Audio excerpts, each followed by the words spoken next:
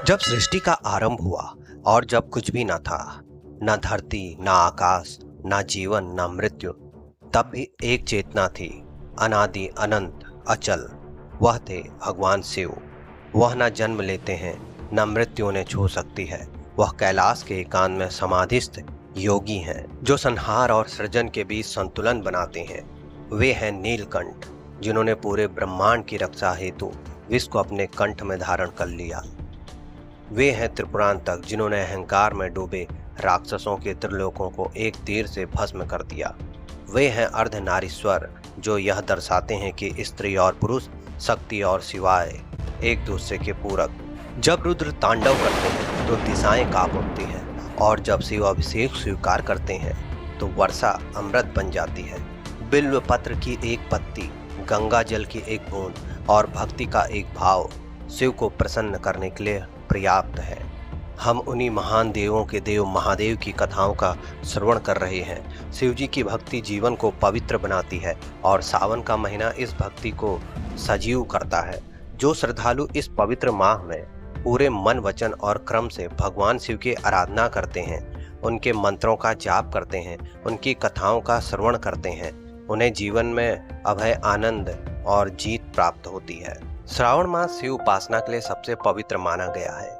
सोमवार को शिव जी का दिन माना जाता है और सावन के सोमवार का विशेष महत्व होता है। इस दिन आप दिन भर कथाओं का श्रवण करें, भजन कीर्तन करें। भक्त गंगाजल, दूध, शहद से शिवलिंग का अभिषेक करते हैं तो उनकी मनोकामनाएं पूर्ण होती हैं। इस महीने में जो भी आप शिव पुराण या अन्य शिव की कहानियों का श्रवण करते हैं और व्रत करते हैं तो उसे अत्यंत फलदायक माना जाता है। तो आइए वीडियो को शुरू करते हैं। पुराने वीडियो में 3 अध्याय आपके समाप्त हो चुके हैं, तो आप उसे भी जाके देखिएगा। आपको लिंक डिस्क्रिप्शन में मिल जाएगा, आई बटन में मिल जाएगा, एंड स्क्रीन में मिल जाएगा। श्री हरि विष्णु को प्रिय महीना आषाढ़ मास, उसकी कथा के भी 30 अध्याय आपके प्लेलिस्ट में है, आप उसका भी श्रवण करें। सावन मास की कथा का श्रवण करने से पहले आप चैनल को लाइक करें, शेयर करें, सब्सक्राइब करें, एक कमेंट महादेव के नाम हर हर महादेव, जय शिव शंकर। मैं राजेंद्र भक्ति ज्ञान उपाय चैनल में आपका स्वागत करता हूं। प्रभु राम भक्त हनुमान हम सभी पे आशीष बनाए रखें। अध्याय 4। यह एक विधवा माँ की भक्ति और भगवान शिव की कृपा की कथा है। बहुत समय पहले की बात है। हरे भरे गांव में पार्वती नाम की एक विधवा स्त्री अपने 4 छोटे बच्चों सोनू, राजू, गुड़िया और गुंजा के साथ रहती थी। उसका पति किसी हादसे में स्वर्ग सिधार गया था। जब सबसे छोटी बेटी गुंजा केवल 2 महीने की थी, पार्वती का जीवन तब से अंधकार में डूब गया। न घर में कमाने वाला बचा, न सहारा। समाज ने भी उसका साथ छोड़ दिया। लोग ताना देते थे, विधवा होकर मंदिर क्यों जाती है, शिव भला ऐसे लोगों की सुनते हैं क्या। वह चुपचाप सहती, आंसू पीती, पर कभी भगवान शिव का नाम लेना नहीं छोड़। समय धीरे धीरे बीत रहा था। बरसात का मौसम आया। सावन का पहला सोमवार था। चारों तरफ मंदिरों में शिव के जयकारों की गूंज थी। शिव के भजनों की और कथाओं का श्रवण हो रहा था। पर पार्वती के घर में भूख और सन्नाटा था। मिट्टी की दीवारों से पानी टपक रहा था। घर में न चूल्हा जला, न बच्चों की हंसी सुनाई दी।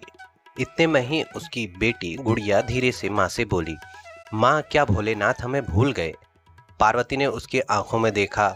उसकी आंखें नम थी, फिर भी वह मुस्कुराई और उसने कहा, नहीं बेटी, वो हमारी परीक्षा ले रहे हैं। उसी रात पार्वती ने चारों बच्चों को अपने पास बुलाया और दीपक के धुंधले उजाले में उसने शिवजी से विनती की, हे भोलेनाथ, तू त्रिनेत्रधारी है, सब कुछ देख सकता है। क्या तूने नहीं देखा कि एक विधवा माँ अपने बच्चों के लिए कितना लड़ रही है। मुझे कोई वरदान मत दे, बस मेरे बच्चों को भूखा मत सुला। उसकी आंखों से बहते आंसू और शिवलिंग की छवि उसकी कल्पना में उतर आई। उसी रात उसके बड़े बेटे सोनू को एक सपना आया। सपने में उसे एक साधु शरीफ दिखा और वह उससे कह रहा था, बेटा, सेवा में कोई धर्म नहीं, मंदिर की सेवा करो, सावन तुम्हारी किस्मत बदल देगा। सुबह होते ही सोनू ने यह बात अपनी माँ पार्वती को बताई। पार्वती ने चारों बच्चों को साथ लिया और गांव के शिव मंदिर पहुंच गई। मंदिर में झाड़ू, पानी और प्रेम से उन्होंने मंदिर को संवारना शुरू कर दिया। भक्तों ने देखा पर कुछ ताने देने लगे, विधवा और उसके बच्चे मंदिर की सेवा कर रहे हैं, यह कौन सी भक्ति है। पार्वती चुप रहती थी, उसका मुख मौन रहता था, क्योंकि उसे भक्ति दुनिया को नहीं, शिव को दिखानी थी। सप्ताह भर मंदिर की सेवा करते रहे। लोगों के दिल धीरे धीरे पिघलने लगे। किसी ने उन्हें आटा दिया, किसी ने कपड़े, और एक दिन मंदिर के पुजारी ने कहा, पुत्री, तुम्हारी भक्ति सच्ची है, भगवान शिव की ओर से संदेश है। अब तुम मंदिर की देखरेख करोगी और तुम्हारे बच्चों की शिक्षा का भी प्रबंध होगा। पार्वती की आंखों से आंसू बह पड़े, इस बार दर्द के नहीं, शिव की कृपा के थे। गांव की वह स्त्री जिसे कभी विधवा कहकर मंदिर से दूर किया गया था, अब मंदिर की आरती करा रही है। चारों बच्चे स्वस्थ वस्त्रों में प्रसन्न मुख के साथ शिव भक्ति में लीन थे। पार्वती ने शिवलिंग पर जल चढ़ाते हुए कहा, हे भोलेनाथ, आपने विधवा के दुख भी देखे, बच्चों की भूख भी देखी और हमारी भक्ति भी देखी। आपने सावन में मेरी आस्था की लाज रखी है। अब मुझे जीवन से कोई शिकायत नहीं है। नमः पार्वती पते हर हर महादेव। सावन में जो करे शिव का नाम, उसके जीवन से मिटे हर गम, बने सारे बिगड़े काम। अध्याय 5, नमक वाली कन्या और भोलेनाथ की कृपा। गांव के एक छोटे कोने में एक छोटी लड़की बिंदिया अपनी माँ के साथ रहती थी। वो दोनों एक दूसरे का सहारा था। उनका जीवन अत्यंत साधारण था। उनके पास ना भोजन पर्याप्त मात्रा में था, ना ही वस्त्र थे। वो वैसे ही फटेहाल स्थिति में रहते थे। इसी बीच सावन का महीना आया और पूरे गांव में शिव भक्ति की धूम मच गई। मंदिरों में घंटियां बज रही थी। महिलाएं सज धज कर बेलपत्र और दूध से शिवलिंग का अभिषेक कर रही थी। बिंदिया की माँ बीमार थी और घर में कुछ नहीं था सिवाय नमक के। बिंदिया माँ से बोली, क्या मैं भी भोलेनाथ की पूजा कर सकती हूँ? माँ ने थके हुए स्वर में कहा, बेटी, भाव से पूजा करो, शिव सब देखते हैं। बिंदिया मंदिर चली गई और वहां उसने पूजा अर्चना की। शिवलिंग के पास खड़े होके वह देखती कि प्रत्येक भक्त कुछ ना कुछ शिवलिंग पे चढ़ा रहा है। उसका भी मन करता, लेकिन उसके पास कुछ भी न था। बच्चों का मन निर्मल होता है और भक्त के भाव प्रभु से जुड़ते हैं। वह अपने घर गई और वहां से वह नमक लेके आई, क्योंकि उसके घर में सिर्फ नमक ही था। एक छोटी कटोरी में थोड़ा सा नमक लेकर वह मंदिर पहुंची। जब पुजारी ने देखा कि वह नमक चढ़ा रही है, तो क्रोधित होकर बोले, यह क्या अपमान है, नमक कोई चढ़ाता है क्या? मगर बिंदिया चुपचाप वापस लौट गई। रात को मंदिर में एक तेजस्वी साधु आया और उसने पुजारी से कहा, भोलेनाथ ने स्वयं बोला है, आज किसी कन्या ने उन्हें सबसे प्रिय भोग चढ़ाया है, आप उसे ढूंढ के लाएं। पुजारी को पछतावा हुआ और अगली सुबह बिंदिया को ढूंढकर मंदिर लाया गया। बिंदिया ने फिर वही नमक चढ़ाया। उसी क्षण मंदिर में भक्ति की अलग ही ऊर्जा बहने लगी। महादेव की मूर्ति से प्रकाश झलकने लगा, आसमान में गर्जना होने लगी, बिजली चमकने लगी और बारिश शुरू हो गई। गांव में सूखा मिट गया। माँ की बीमारी भी धीरे धीरे ठीक हो गई। यह कहानी हमें यही सीख देती है, भक्ति निर्मल मन से होती है। शिव को वस्तु नहीं, भावना चाहिए। अध्याय 6, वृद्धा की भक्ति। गांव की सीमा पर एक अंधी वृद्धा सुरजी अकेली झोपड़ी में रहती थी। कोई नहीं जानता था कि उसके परिवार में कोई है या नहीं है, मगर सब लोग देखते थे कि वह हर सावन सोमवार मंदिर जाती थी, लाठी के सहारे शिवलिंग तक पहुंचती थी और घी का दीपक जलाकर कहती, भोलेनाथ, आंखें नहीं हैं पर मन आपका रूप देख सकता है। उसका प्रतिदिन का यही नियम था।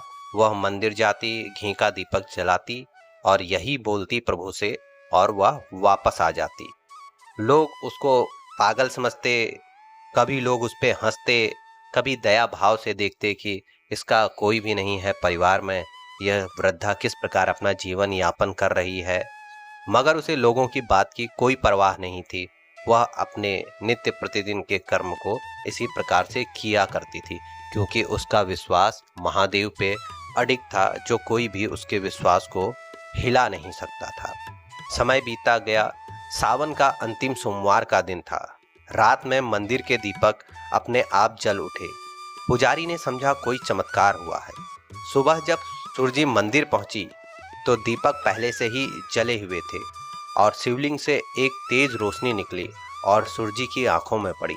अचानक उसे पुजारी का चेहरा दिखा, फिर मंदिर का शिवलिंग, और उसने सब कुछ देख लिया। वह रोती गई, गाती गई, उसके आंखों से आंसुओं की बरसात हो गई। वह कुछ समझ नहीं पा रही थी। वह भोलेनाथ के चरणों में गिर गई और बोली, हे भोलेनाथ, अब तुम्हारा रूप भी देख लिया, अब जीवन में कोई अंधकार नहीं। यह कहानी हमें यह संदेश देती है, शिव अंधकार में दीपक बन के आते हैं। सावन मास में आप इनकी कथाओं का श्रवण करें। यदि कथाओं का श्रवण करते हुए आपके हृदय से कोई पीड़ा निकल गई तो वो महादेव के पास जाएगी। यदि आपकी आंखों से अश्रु गिरते हैं तो आपके मन से जो करुणा है उसे ब्रह्मांड की कोई भी ताकत प्रभु के पास पहुंचने से नहीं रोक सकती। इसलिए कथाओं का श्रवण करना जरूरी है। अध्याय 7, बेलपत्र की परीक्षा। किसी गांव में दया नाम की एक विधवा स्त्री रहती थी। वह शिवजी की परम भक्त थी। उसकी बहू का नाम मंजरी था। वह शिवजी की प्रतिदिन पूजा अर्चना करती थी और जिस प्रकार दया शिवजी की परम भक्त थी, दया की बहू मंजरी भी शिव का पूजन अर्चन करती थी, उनके व्रत और उपवास रखती थी। बहू मंजरी पढ़ी लिखी थी और शांत स्वभाव की थी, इसलिए वह शिव को मन से ही पूजती थी। वह आडंबर करना और शोलगुल करना पसंद नहीं करती थी। लेकिन दया शिवजी की कट्टर भक्त थी। उसका मानना था कि शिवलिंग पर केवल बेलपत्र चढ़ानी चाहिए। दोनों सास बहू प्रत्येक सोमवार मंदिर जाते थे और महादेव को बेलपत्र अर्पित करते थे। एक बार सावन सोमवार को मंजरी ने बेलपत्र नहीं ला पाई, लेकिन उसने बगीचे से एक बेल का पत्ता उठाया जो जमीन पर गिरा था और भोलेनाथ से कहा, अगर मेरी भावना सच्ची है तो यही बेलपत्र स्वीकार करो। जब सास ने देखा तो वह क्रोधित हो गई। गिरा हुआ पत्ता, यह अपमान है महादेव का। मगर उसी रात सास को स्वप्न आया भगवान शिव का। महादेव को स्वप्न में देखकर दया खुश हो गई। उसे लगा प्रभु उसकी भक्ति से प्रसन्न होकर उन्हें दर्शन दिए हैं। उसने महादेव से कहा, हे महादेव, आपने मेरा जीवन सफल कर दिया, मेरी भक्ति से आप प्रसन्न हो गए। महादेव मंद मंद मुस्कुरा रहे थे। उन्होंने कहा, तुम्हारी भक्ति से तो मैं प्रसन्न हूँ, इसीलिए तुम्हें मैंने दर्शन दिए। जिस बेलपत्र में नम्रता, भक्ति और प्रेम हो वही सबसे उत्तम है, और तुम्हारी बहू की भावना मुझे प्रिय है, तो कभी भी किसी की भक्ति को आप छोटा ना दिखाएं। अगले दिन प्रातःकाल सुबह सास ने बहू को गले लगाया। उसकी आंखें नम थी और वह पहली बार अपनी बहू को अपने साथ बैठाकर उसने पूजा की। यह कहानी हमें यह संदेश देती है, शिव को शुद्ध हृदय चाहिए, पत्तों की शुद्धता नहीं। तो आज आप इन अध्यायों का श्रवण करें, शिव की भक्ति करें। कल मिलेंगे शिव की करुणा से भरी, भक्ति से भरी अन्य कथाओं के साथ। चैनल को सब्सक्राइब करिए, अधिक से अधिक शेयर करिए, कमेंट में लिखिए हर हर महादेव। धन्यवाद। जय श्री राम।